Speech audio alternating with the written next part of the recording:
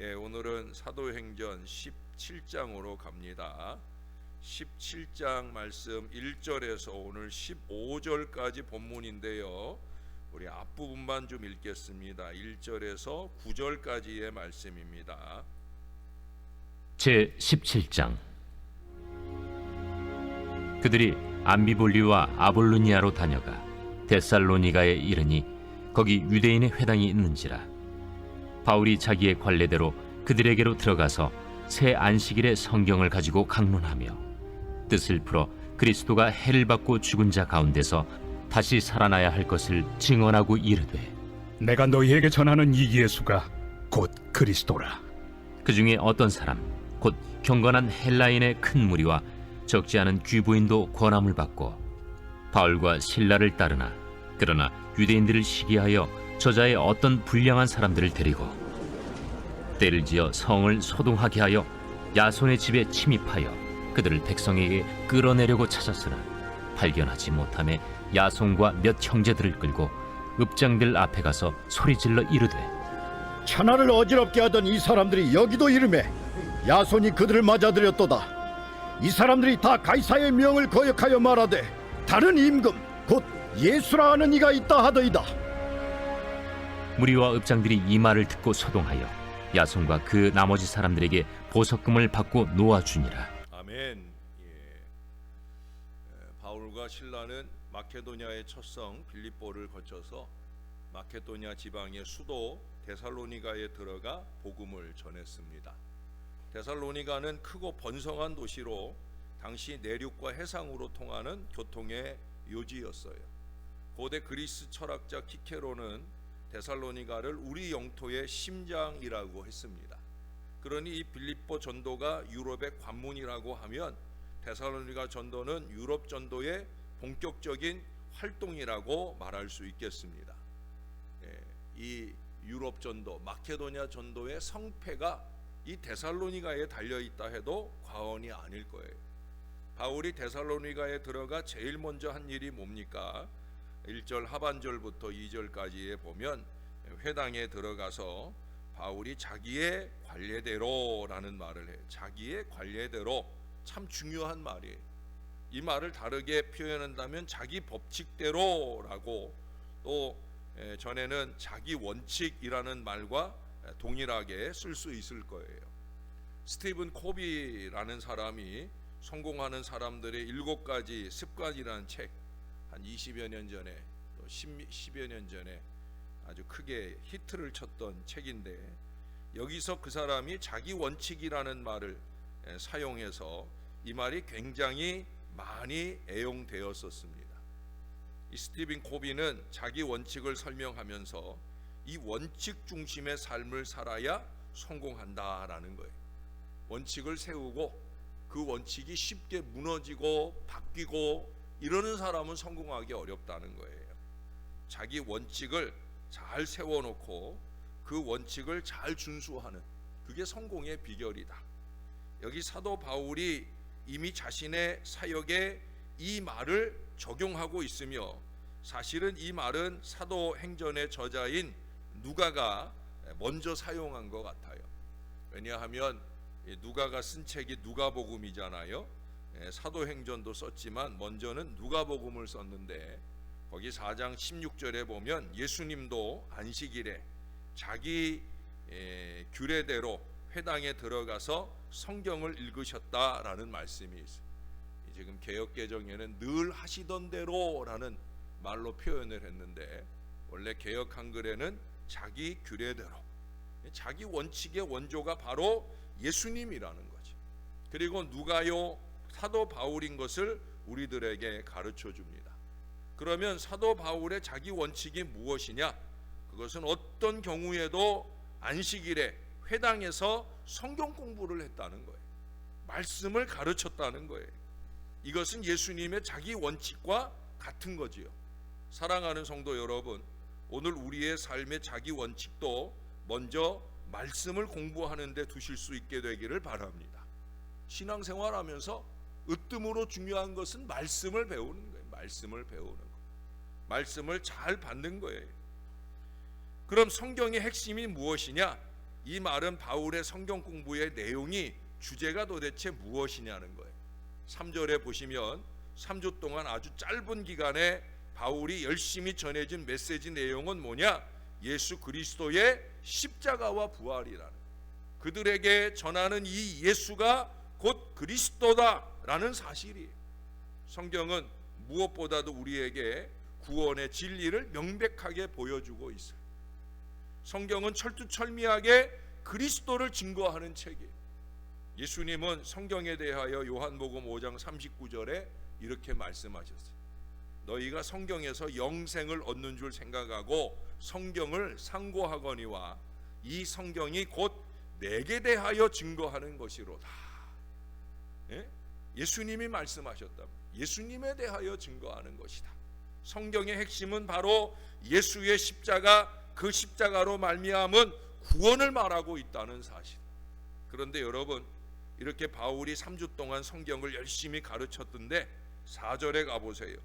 그 중에 어떤 사람 곧 경건한 헬라인의 큰 무리와 적지 않은 귀부인도 권함을 받고 바울과 실라를 따르나. 경건은 말씀을 받고 말씀대로 잘 따라가는 게 그게 경건인 거예요. 바울이 회당에 들어가 새 안식일을 성경 강론했어요. 새 안식일이 며칠입니까? 21일이에요. 21일. 단지 21일 성경 공부했는데 이 데살로니가 교인들이, 그것도 경건한 헬라인들, 귀부인들까지 예수를 믿게 되었고, 여러분 예수만 믿은 게 아니에요. 데살로니가전서 1장을 한번 가서 읽어보시면은요, 많은 환난 가운데 성령의 기쁨으로 이 도를 받아서 믿음의 역사, 사랑의 수고, 소망의 인내가 뛰어나 마케도냐와 아가야 모든 믿는 자의 본이 되고 하나님을 향한 그들의 소문이 각처에 퍼졌다라고. 바울은 그렇게, 그래서 아무 말도 할 것이 없다고 그렇게 할 정도라는. 할렐루야. 여러분, 이게 쉬운 일입니까?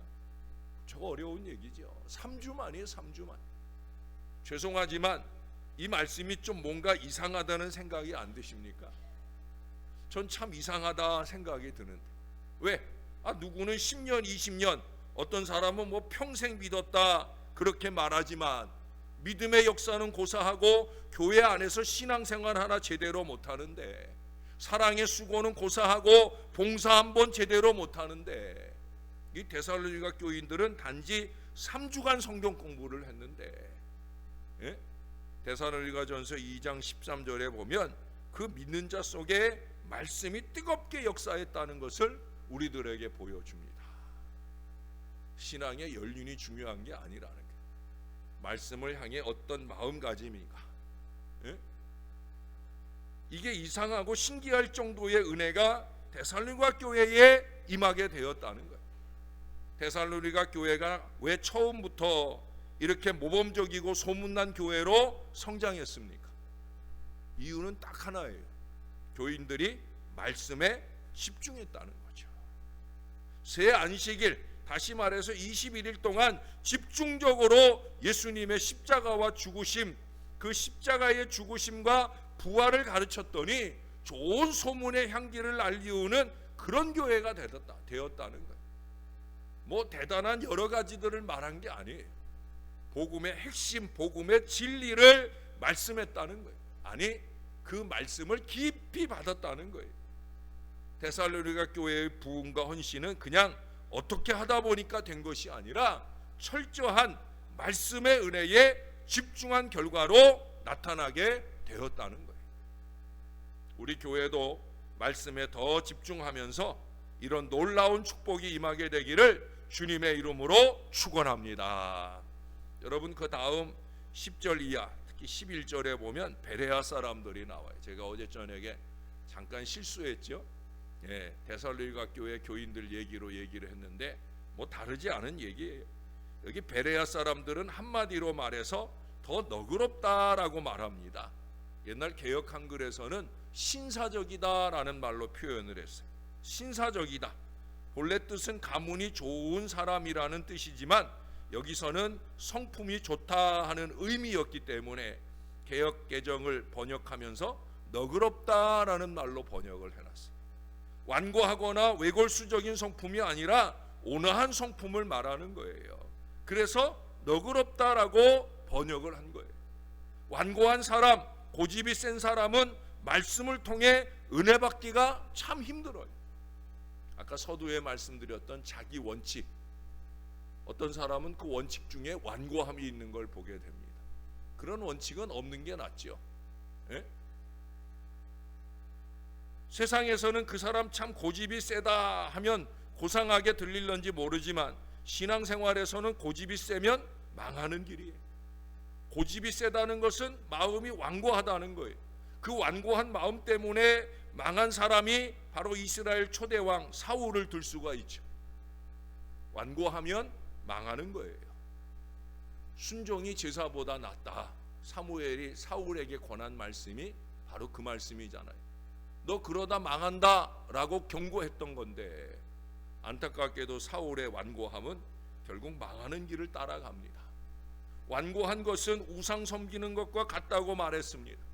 우리는 성경 공부할 때 베레아 사람들처럼 신사적인 태도가 좀 필요해요. 사도 바울의 저자 누가가 베레아 사람들에 대해 신사적이다라고 말한 것은 베레아 사람들의 복음을 받아들이는 그 자세를 말하는 거예요. 베레아 사람들의 말씀 받는 자세가 어떠합니까? 예? 거기 11절에 보면 이런 표현이 나와요. 간절한 마음으로 말씀을 받고. 간절한 마음, 영어 성경을 보니까 오픈드 마인드라고 그랬어요. 열려진 마음이라는 거예요. 요새 열린 교육, 열린 정치, 열린 예배란 말을 우리가 자주 쓰잖아요. 강요에 의해서가 아니라 자발적이라는 의미가 강한. 오늘 새벽에 강요에 의해서 오신 분 계셔요? 예? 누가 멱살 잡아서 여기다 끌어다 앉혀놓은 분 계셔요? 아무도 없죠. 자발적으로 오신 거예요. 자발적으로 온 사람의 마음과 태도가 있어야 된다는 거예요. 그 이상 말씀을 간절히 사모하는 마음을 의미하는 거예요. 간절한 마음은 바로 마태복음 13장에 씨 뿌리는 부유에서 말하는 옥토 같은 마음이에요. 거기에는 반드시 결실이 있게 되었어요. 나는 30분 앉았다 왔는데 아무것도 결실이 없다. 그거는 완고한 마음이에요. 길가와 같은 마음, 돌짝밭 같은 마음, 졸며 자는 게으른 마음, 결실이 없어요. 한마디 말이라도 건지고 가는, 결실하고 가는 것은 착하고 좋은 마음일 때야 가능한 거예요. 에스겔 36장 26절에서는 성령의 역사로 변화된 부드러운 마음을 말씀하고 있어요. 설교를 듣거나 성경 공부할 때 꼭 간절한 마음으로 듣고 임하는 주님의 자녀들이 되시기를 바랍니다. 거기에는 반드시 열매가 나타나는 거예요. 칭찬받을 만한 믿음의 열매가 잘 나타나는 거예요. 그 다음에 보니까 이런 표현도 나와요. 이것이 그러한가 하여 날마다 성경을 상고함으로 라는 말을 해요. 바울이 말하는 바가 성경에 그러한가 확인하고 받아들였다는 거예요. 꼬투리 잡으려고 상고한 게 아니에요. 아까 예수님도 상고했다라는 표현을 우리가 들었었는데, 이 상고하다는 말은 아나크리노라는 말이에요. 아주 자세하게 살펴서 티를 골라낸다는. 여러분 왜 매주 쓰려면은 미리 콩을 이렇게 확 쏟아놓고 콩을 고르잖아요. 티를 거기서 골라요, 안 골라요? 쌀 씻다가 뭐 거뭇한 게 보이면 그걸 골라요, 안 골라요? 고르잖아요. 그게 바로 상고하는 거예요. 그러니 말씀을 잘 관찰해서 그 삶에 적용시켜 나가는 거예요. 받을 때만 아니라 삶을 살아갈 때 내 삶이 말씀을 잘 살고 있는가, 그게 바로 상고하는 거예요. 우리는 말씀을 받을 때 하나님의 말씀이 나의 삶을 변화시키는 능력의 말씀이 되어야 됩니다. 그러기 위해서는 이 베레아 사람들처럼 날마다 말씀을 상고하는 거예요. 날마다 성경을 나의 삶에 적용해 가야 되는 거예요. 사실 사실 공부라는 것은 제대로 하려고 하면 매일 해야 되잖아요. 공부 잘하는 애들 보세요. 매일 해요. 여러분 일주일에 한 번 공부해 가지고 뭐 제대로 공부가 되겠습니까? 그게 제대로 삶에 유익이 되겠습니까? 그것도 준비해서 하는 게 아니라 시간만 때운다면 그건 시간 낭비일 거예요. 여러분 새벽에 주 앞에 오실 때, 내일 거룩한 주일 주님 앞에 오실 때 좀 마음을 준비하고 오셔요. 마음을. 말씀은 제가 잘 준비할 테니까 여러분들은 마음을 준비하고 오셔서 말씀을 잘 받으시면 좋겠어요. 꼭 매일 성경을 상고하는 믿음의 교우들이 좀 되시면 좋겠습니다. 이렇게 말씀의 역사가 일어나면 반드시 따라서 나타나는 현상이 있어요. 안타까운 현상이죠. 5절과 13절에 각각 나타나는 사단의 방해 공작이 있어요. 데살로니가 교회 유대인들이 80km나 떨어진 이 베레아까지 따라와 가지고 소동을 부리며 방해를 하더라는 거예요. 우리 앞서서도 보았잖아요. 몇백 킬로 떨어진 안디옥과 이고니온에서 루스드라까지 와가지고 사람들을 충동해서 바울을 돌로 쳐 죽였던 그런 유대인들도 있었잖아요. 이런 부류들은 어디든 있어요. 악한 일일수록 더 열심인 걸 봅니다. 더 한심한 것은 그 악독의 장단을 맞춰서 춤을 추는 거죠. 예? 하나님의 교회가 성령 공동체가 되고 말씀 공동체가 되는데 가장 시기하고 질투하는 사람은 사단입니다. 그래서 사단이 사람들을 충동하고 동원해 가지고 그 무리를 움직여 소동하게 만드는 거예요.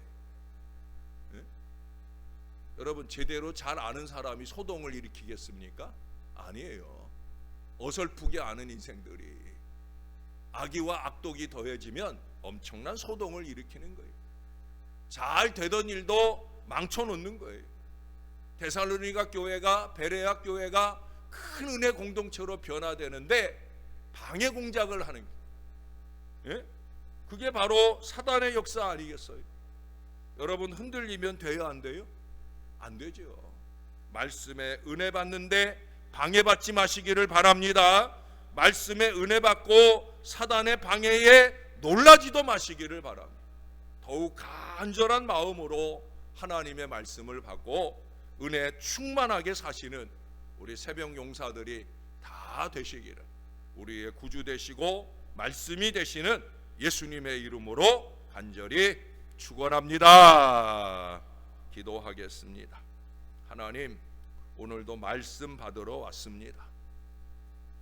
마음 준비 잘하고 새벽에 눈 비비고 주의 전에 와 주의 말씀을 받고 갑니다. 데살로니가 교인들이나 베레아 교인들에 비하면 말씀을 받는 우리의 자세가 참 많이 부족한 걸 깨닫습니다. 하나님, 우리도 각성하게 도와주옵소서. 말씀을 전하는 자나 받는 자들이 말씀을 잘 준비하고 마음을 잘 준비하고 하나님의 말씀 앞에 설 수 있도록 은혜를 베풀어 주시옵소서. 날마다 말씀을 상고하되 깊이 상고하여 이 말씀의 꼴로 주의 백성들과 나눌 때 하늘의 신령한 은혜가 교통되어지게 도와 주시옵소서. 사단은 끊임없이 준동합니다. 말씀의 은혜를 내 심령 속에서 몰아내려고 준동합니다. 말씀의 은혜 넘치는 교회가 되는 것을 끊임없이 방해하며 준동합니다. 하나님의 잘 되던 일을 어그러지게 만들려고 부와 내동하기도 합니다.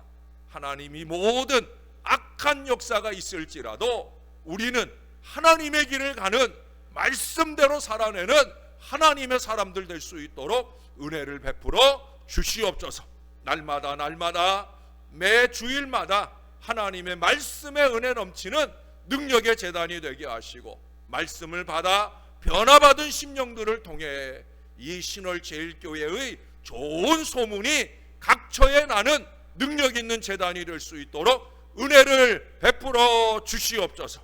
하늘아버지 영광을 받으시는 바른 교회, 바른 신앙이 될 수 있도록 우리를 늘 붙들어 인도해 주시옵소서. 내일 거룩한 주일입니다. 온 가족 함께 예배입니다. 우리의 사랑하는 어린아이들로부터 노년에 이르기까지 온 교인들이 한자리 모이는 시간입니다. 아버지 하나님, 다 은혜 받게 하여 주옵소서. 다 행복한 주일이 되게 하시고 행복한 가정들이 될 수 있도록 은혜를 더하여 주시옵소서. 감사합니다. 예수님의 이름으로 기도합니다. 아멘.